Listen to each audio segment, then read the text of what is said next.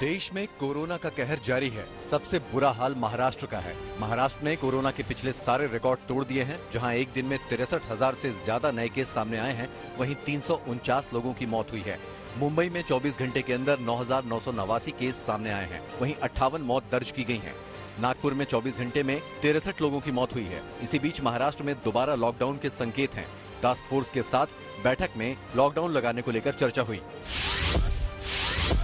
महाराष्ट्र में लॉकडाउन का काउंटडाउन शुरू हो गया है। संभावना है कि बुधवार को उद्धव कैबिनेट की बैठक में इस पर फैसला कर लिया जाएगा। इससे पहले आज सीएम उद्धव ठाकरे अजित पवार के साथ बैठक करेंगे।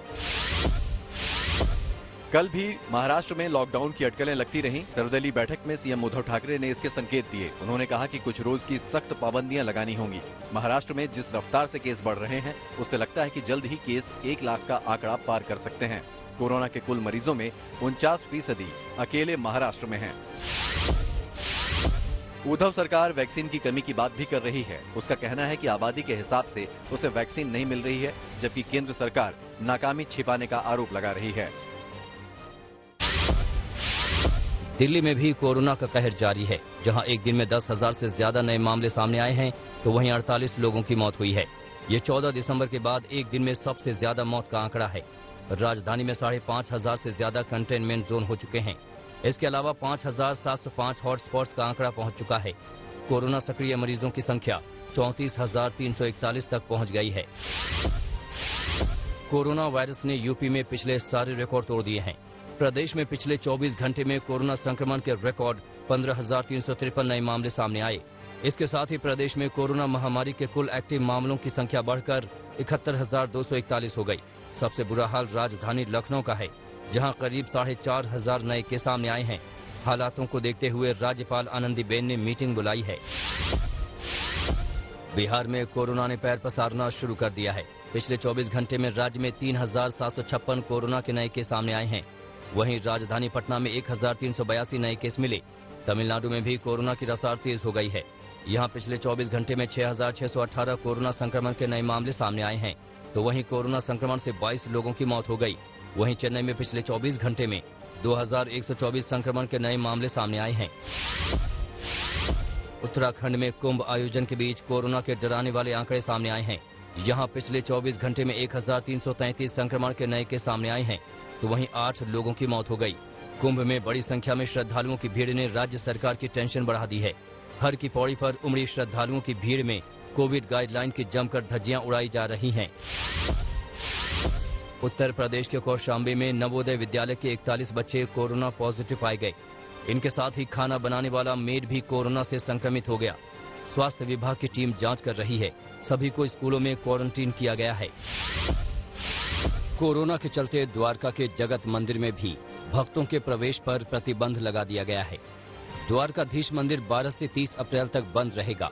सभी भक्तों को ऑनलाइन दर्शन करने की सुविधा उपलब्ध कराई गई है।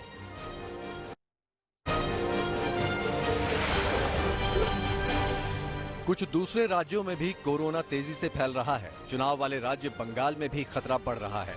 पश्चिम बंगाल में पिछले 24 घंटे में 4,398 नए मामले आए हैं। अकेले कोलकाता में 469 केस आए हैं। पूरे बंगाल में कोरोना के एक्टिव केस 23,000 के पार पहुंच चुके हैं। बंगाल उन 16 राज्यों में से एक है जहां लगातार मामले बढ़ रहे हैं। चुनाव के बीच हर तरफ लापरवाही दिख रही है।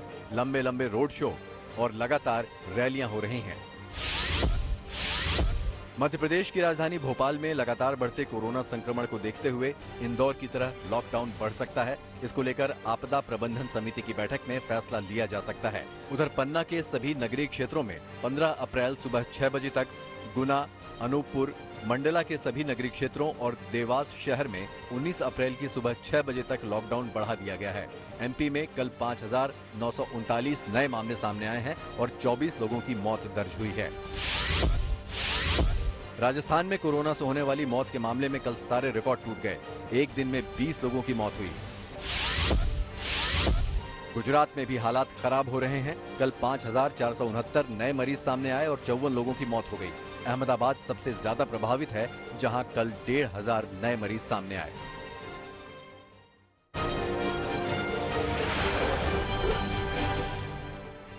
कोरोना पर अब अदालती जंग भी शुरू हो गई है। दिल्ली हाईकोर्ट आज एक अहम याचिका पर सुनवाई करेगा, जिसमें मांग की गई है कि घर घर जाकर वैक्सीनेशन किया जाना चाहिए ताकि जल्द से जल्द लोगों को टीका लग सके। याचिका में उम्र की सीमा हटाने की भी मांग की गई है। फिलहाल 45 साल से ज्यादा उम्र वालों को टीका लग रहा है। दिल्ली सरकार भी उम्र सीमा हटाने की मांग कर रही है। गुजरात में भी हाईकोर्ट कोरोना को लेकर सुनवाई कर रही है। कोरोना से बिगड़ते हालात को लेकर ये याचिका दायर की गई है। इस पर गुजरात सरकार से जवाब मांगा गया है। सरकार को आज इस पर जवाब देना है कि उसने कोरोना से निपटने के लिए क्या इंतजाम किए हैं।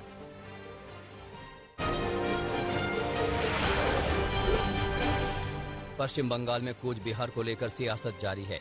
ममता ने कूच बिहार के लिए जहां बीजेपी और अमित शाह को जिम्मेदार ठहराया, तो वहीं अमित शाह ने ममता पर पलटवार किया है। शाह का कहना है कि ममता के भड़काऊ भाषण की वजह से कूच बिहार में हिंसा हुई।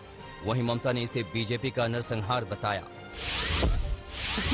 कुची सीट पर ममता दीदी ने कुछ ही दिन पहले भाषण किया था कि सीआईएफएस सीएपीएफ वाले आए तो उनको घेर लो, उन पर हमला करो।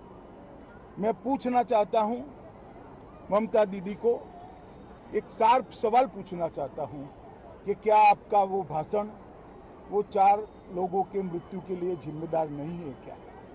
अगर आप वो भाषण न करती कि 4 युवा सीआरपीएफ पर हमला करने का हिम्मत करते क्या?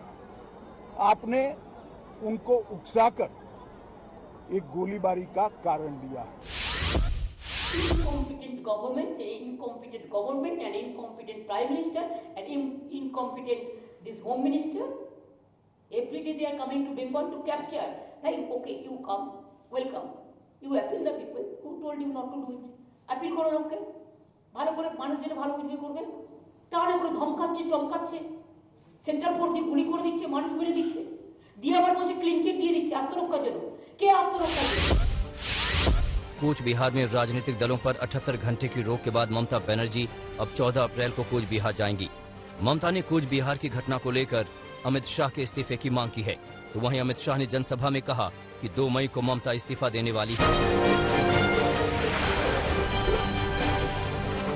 बंगाल में 5वें दौर के मतदान के लिए प्रचार जोर शोर से चल रहा है। आज पीएम मोदी और ममता बनर्जी आमने सामने होंगे। पीएम की आज 3 रैलियां हैं। पीएम की रैलियां वर्धमान, कल्याणी यूनिवर्सिटी और बारासात के कछारी मैदान पर होंगी। ममता भी आज धुआंधार प्रचार करेंगी। उनकी आज 4 रैलियां होनी हैं, एक नाडिया में और 3 रैलियां 24 परगना जिले में होंगी। ममता लगातार अकेले पार्टी के प्रचार का पूरा दारोमदार संभाले हुए हैं। गृह मंत्री अमित शाह भी आज प्रचार के मैदान में होंगे। रैली से पहले अमित शाह का कालिम्पोंग में एक रोड शो होगा। इसके बाद अमित शाह धूपगुड़ी में सभा करेंगे। आज तक ब्यूरो।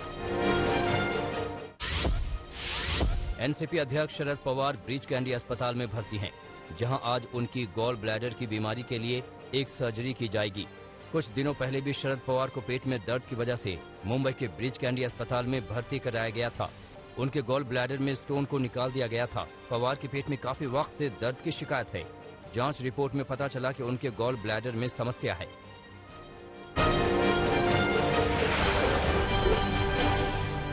दिल्ली से सटे नोएडा के सेक्टर 63 के बहलोलपुर में आग से 150 से ज्यादा झुग्गियां जलकर खाक हो गई। आग की चपेट में आने से 2 बच्चों की भी मौत हो गई। जानकारी के मुताबिक सिलेंडर फटने की वजह से आग लगी और देखते ही देखते कई झुग्गियों को अपनी चपेट में ले लिया। ये इलाका काफी भीड़भाड़ वाला है। ऐसे में फायर ब्रिगेड की गाड़ियों को यहाँ पहुँचने में काफी मशक्कत करनी पड़ी। यूपी के गोरखपुर में 2 अप्रैल को हुई बीजेपी नेता की हत्या का पुलिस ने खुलासा कर दिया है। पुलिस ने इस मामले में 5 आरोपियों को गिरफ्तार किया है। पुलिस के मुताबिक जमीन विवाद में बीजेपी के सेक्टर प्रभारी की हत्या कराई गई थी और हत्या के लिए पंजाब के 2 शूटरों को सुपारी दी गई थी। 2 अप्रैल को 3 बाइक सवार बदमाशों ने बीजेपी नेता की गोली मारकर हत्या कर दी, जिसके बाद पुलिस ने शूटरों की तलाश में टीम पंजाब भेजी थी और उस पर 25-25 हजार के इनाम का ऐलान किया था। यूपी के मुजफ्फरनगर के बामा लेहड़ी गांव में पुलिस ने अवैध हथियारों की फैक्ट्री का भंडाफोड़ कर दिया। पुलिस ने मौके से 32 तमंचे, बंदूक और हथियार बनाने के उपकरण बरामद किए हैं।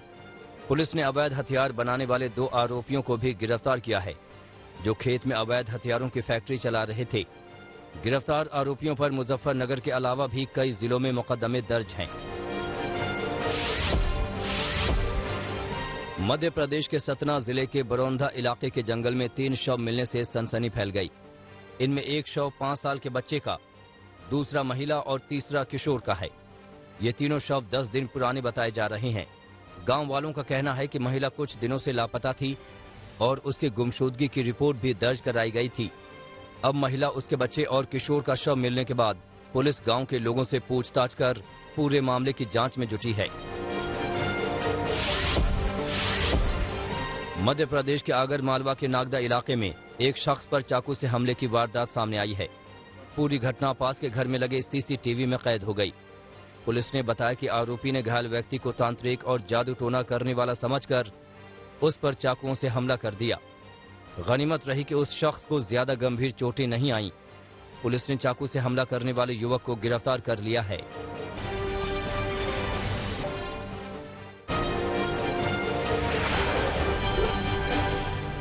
अमृतसर के मजीठा रोड पर देर रात बदमाशों ने अमृतपाल नाम के युवक से गाड़ी की लूट की।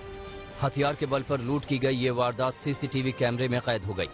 पुलिस ने सीसीटीवी फुटेज कब्जे में ले लिया है और सीसीटीवी फुटेज के आधार पर आरोपियों की तलाश में जुटी है।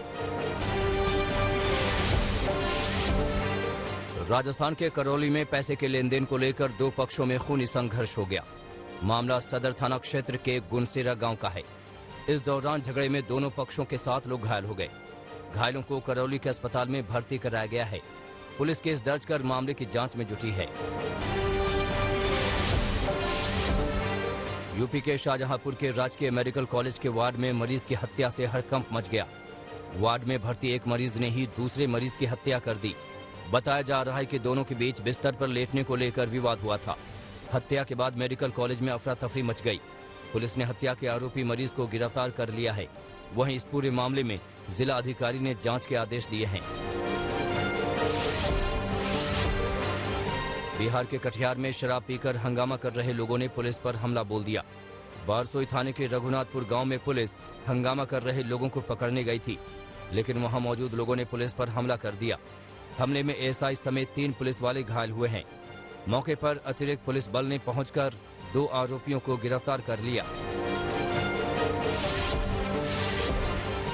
गाजियाबाद के लोनी इलाके की हयात एनक्लेव कॉलोनी के फ्लैट में आग लगने से 5 साल की बच्ची की मौत हो गई। बताया जा रहा है कि सिलेंडर लीक होने की वजह से फ्लैट में आग लगी। हादसे में 5 लोग जख्मी हुए हैं, जिनमें 2 महिलाएं शामिल हैं।